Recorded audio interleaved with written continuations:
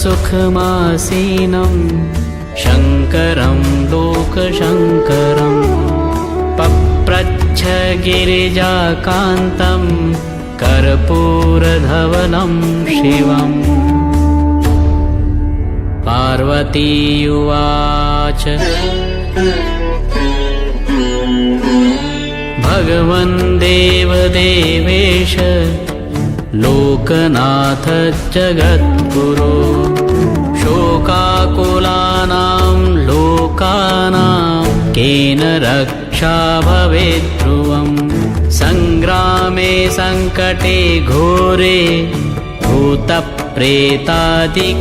भये दुःखदावाग्निसन्तप्तं चेतसां दुःखभागिनाम्।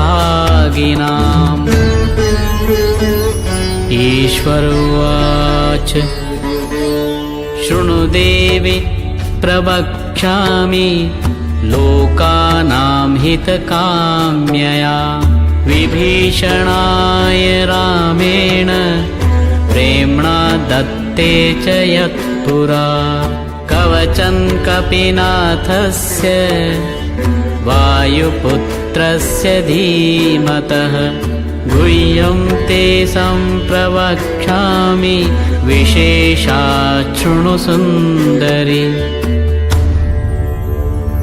अथ विनियोगः ॐ अस्य श्रीहनुमत्कवचस्तोत्रमन्त्रस्य श्रीरामचन्द्र ऋषिः अनुष्टुप्छन्दः श्रीमहावीरो हनुमान् देवता मरुतात्मज इति बीजम्। ॐ अञ्जनीसूनुरिति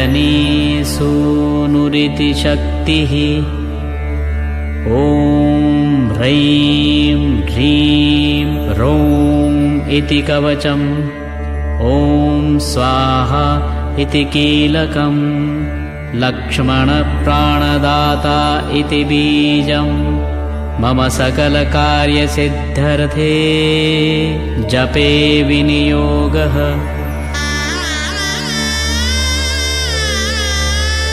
ॐ अथ न्यासः ॐ ह्रां अङ्गुष्ठाभ्यां नमः ॐ ह्रीं तर्जनीभ्यां नमः ॐ ह्रूं मध्यमाभ्यां नमः ॐ ह्रैं अनामिकाभ्यां नमः ॐ ह्रूं कनिष्ठिकाभ्यां नमः ॐ ह्रः करतलकरपृष्ठाभ्यां नमः। ॐ अथ हृदयादिन्यासः ॐ अञ्जनीसूनवे हृदयाय नमः ॐ रुद्रमूर्तये शिरसे स्वाहा ॐ वायुसुतात्मने शिखायै वषट् ॐ वज्रदेहाय कवचाय हुम् ॐ रामदूताय नेत्रत्रयाय वौषट् ॐ ब्रह्मास्त्रनिवारणाय अस्त्राय फट् ॐ रामदूताय विद्महे कपिराजाय धीमहि तन्नो हनुमान् प्रचोदयात्। ॐ हूं फट् इति दिग्बन्धः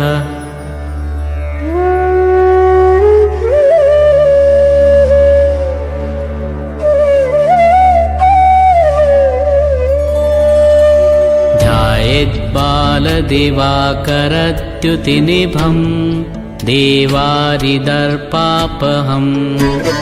देवेन्द्रप्रमुखप्रशस्तयशसं देदीप्यमानं रुचा सुग्रीवादिसमस्तवानरयुतम् सुव्यक्ततत्त्वप्रियं संरक्तारुणलोचनं पवनजं पीताम्बरालङ्कृतम् उद्यन्मार्तण्डकोटिप्रकटरुचियुतं चारुवीरासनस्थम्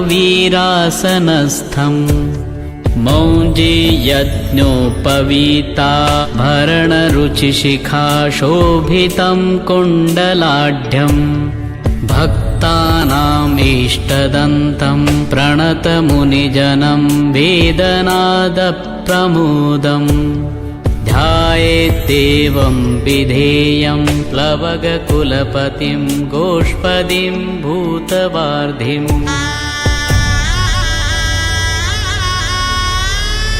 वज्राङ्गं पिङ्गकेशाढ्यं स्वर्णकुण्डलमण्डितं नियुद्धकर्मकुशलं च पारावारपराक्रमम्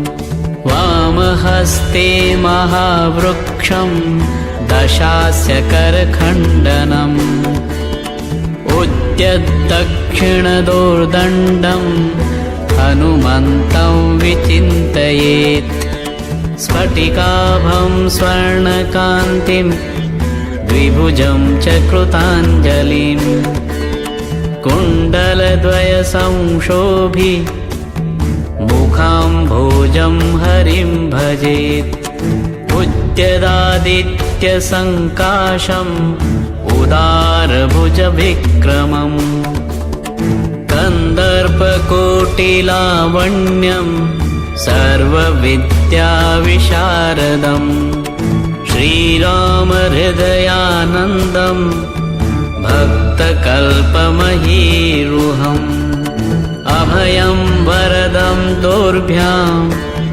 कलये मरुतात्मजम्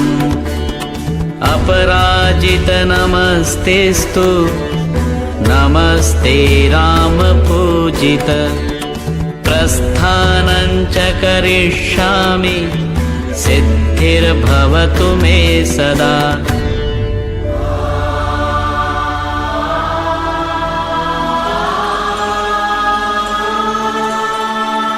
यो वारान्निधिमल्पपल्वलमिवोल्लङ्घ्य प्रतापान्वितो वैदेही घनशोकतापहरणो वैकुण्ठतत्त्वप्रियः अक्षाद्युर्जितराक्षसेश्वर महादर्पापहारी रणे सोऽयं वानरपुङ्गवो वतु सदायुष्मान् समीरात्मजः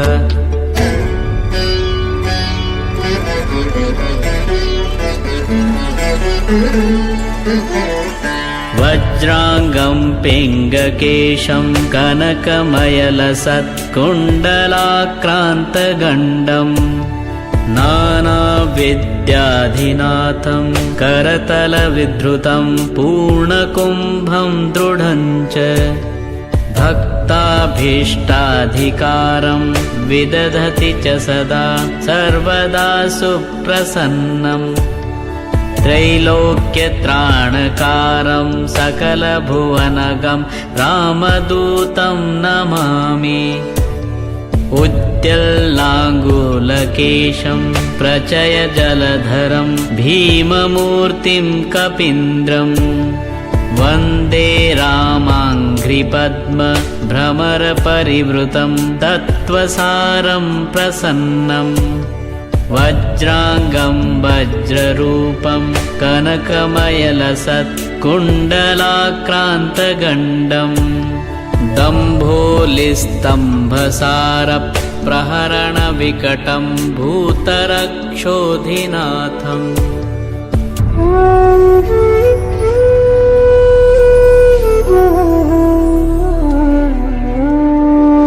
वामे करे वैरिभयं वहन्तं शैलं च दक्षे निजकण्ठलग्नं दधानमासाद्य सुवर्णवर्णं भजे ज्वलत्कुण्डलरामदूतम् पद्मरागमणिकुण्डलत्विषा पाटलीकृतकपोलमण्डलम् दिव्यदेवकदलीवनान्तरे भावयामि पवमाननन्दनम्।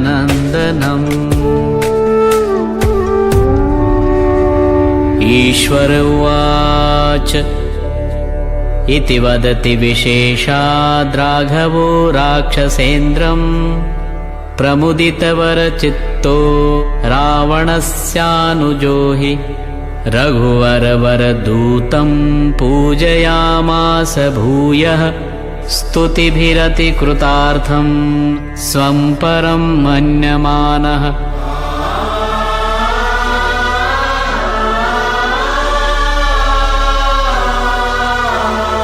वन्दे विद्युद्वलयसुभगं स्वर्णयज्ञोपवीतं करणद्वन्द्वे कनकरुचिरे कुण्डलं धारयन्तम् उच्चैरुष्यद्युमणिकिरणैः श्रोणिसम्भाविताङ्गम् सत्कौपीनं कपिवरवृतं कामरूपं कपीन्द्रम्।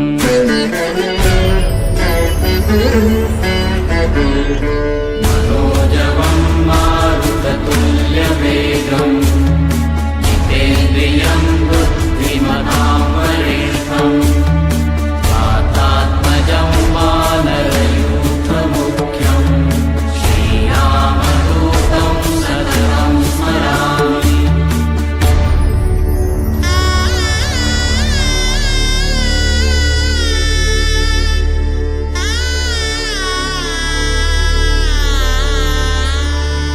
ॐ नमो भगवते हृदयाय नमः। ॐ आञ्जनेयाय शिरसे स्वाहा। ॐ रुद्रमूर्तये शिखायै वषट्। ॐ रामदूताय कवचाय हुम्। ॐ हनुमते नेत्रत्रयाय वौषट्। ॐ अग्निगर्भाय अस्त्राय फट्। ॐ नमो भगवते अङ्गुष्ठाभ्यां नमः। ॐ वायुसूनवे तर्जनीभ्यां नमः। ॐ रुद्रमूर्तये मध्यमाभ्यां नमः। ॐ वायुसूनवे अनामिकाभ्यां नमः। ॐ अग्निगर्भाय करतलकरपृष्ठाभ्यां नमः।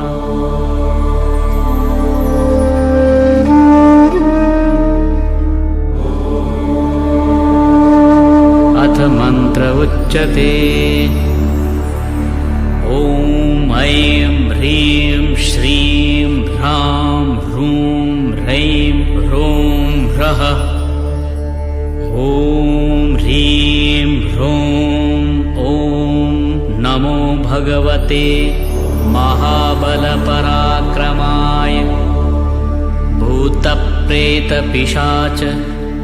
शाकिनी डाकिनी यक्षिणी पूतनामारि महामारि यक्षराक्षसभैरव वेतालग्रहराक्षसादिकं हन हन भञ्जय भञ्जय मारय मारय शिक्षय शिक्षय महामाहेश्वर रुद्रावतार ॐ फट् स्वाहा। ॐ नमो भगवते हनुमदाख्याय रुद्राय सर्वदुष्टजनमुखस्तम्भनं कुरु कुरु रां ह्रीं ह्रूं ठं ठं ठं फट् स्वाहा।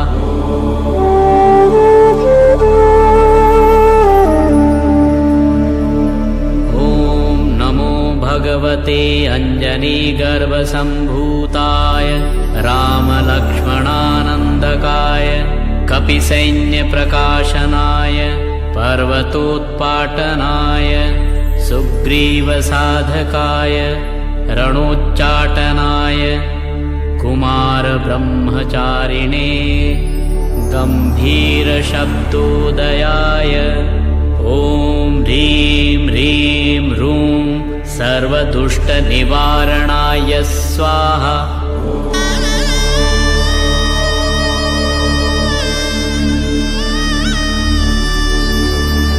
ॐ नमो हनुमते सर्वग्रहान् भूतभविष्यद्वर्तमानान् दूरस्थान् समीपस्थान् सर्वकालदुष्टदुर्बुद्धिन् उच्चाटय उच्चाटय परबलानि क्षोभय क्षोभय मम सर्वकार्यं साधय साधय हनुमते।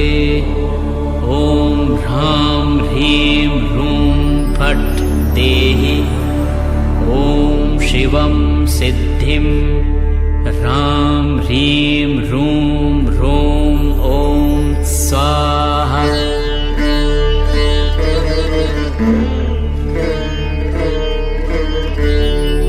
ॐ नमो हनुमते परकृतयन्त्रमन्त्रपराहङ्कार भूतप्रेतपिशाच परदृष्टि सर्वविघ्नदुर्जनचेटकविद्या सर्वग्रहान् निवारय निवारय वद वद पच पच दल दल किल किल सर्वाणि कुयन्त्राणि दुष्टवाचं फट् स्वाहा।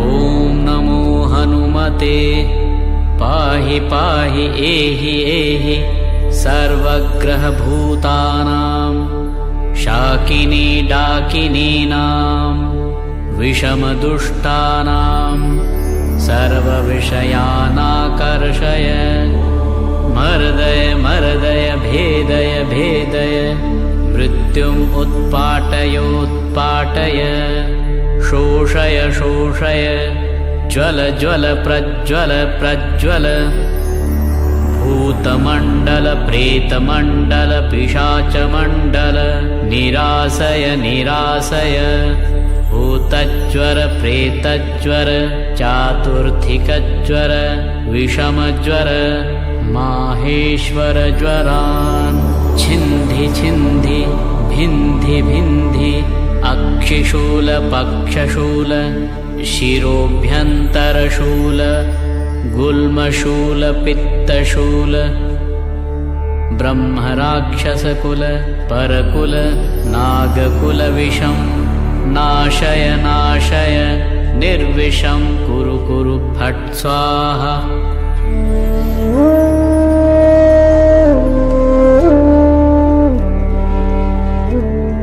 ॐ ह्रीं सर्वदुष्टग्रहान् निवारय स्वाहा। ॐ नमो हनुमते पवनपुत्राय वैश्वानरमुखाय हन हन पापदृष्टिं षण्डदृष्टिं हन हन हनुमदाज्ञया स्फुर स्फुर स्वाहा।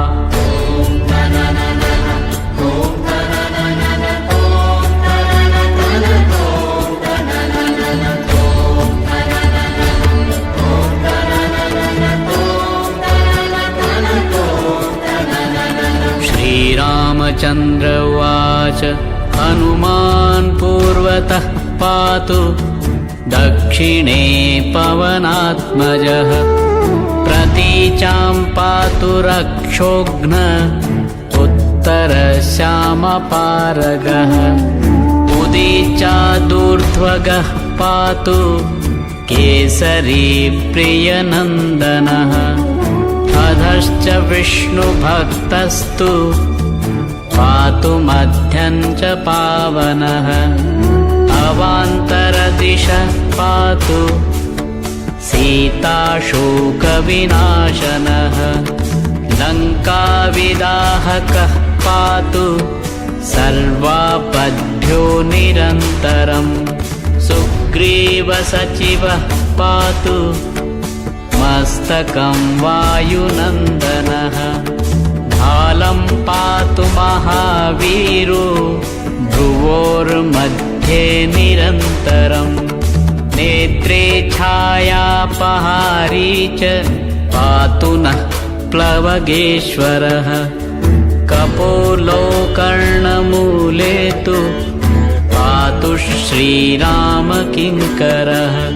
नासाग्रमञ्जनीसूनुः वक्त्रं पातु हरीश्वरः वाचं रुद्रप्रियः पातु जिह्वां पिङ्गललोचनः पातु दन्तान् फाल्गुनेष्टः चिबुकं दैत्यप्राणहृत् पातु कण्ठं च दैत्यारिः स्कन्धौ पातु सुरार्चितः भुजौ पातु महातेजः करोतु चरणायुधः नखान्नखायुधः पातु कुक्षिं पातु कपीश्वरः वक्षोमुद्रापहारी च पातु पार्श्वं भुजायुधः लङ्काविभञ्जनः पातु पृष्ठदेशे निरन्तरम् नाभिं च रामदूतस्तु कटिं पात्वनिलात्मजः गुह्यं पातु महाप्राज्ञः लिङ्गं पातु शिवप्रियः उरु च जानुनी पातु लङ्काप्रासादभञ्जनः जङ्घे पातु महाबाहुः गुल्फौ पातु महाबलः अचलोद्धारकः पातु पादौ भास्करसन्निभः पादान्ते सर्वसत्त्वाढ्यः पातु पादाङ्गुलीस्तथा सर्वाङ्गानि महाशूरः पातु रोमाणि चात्मवान् हनुमत्कवचं यस्तु पठेत् विद्वान् विचक्षणः स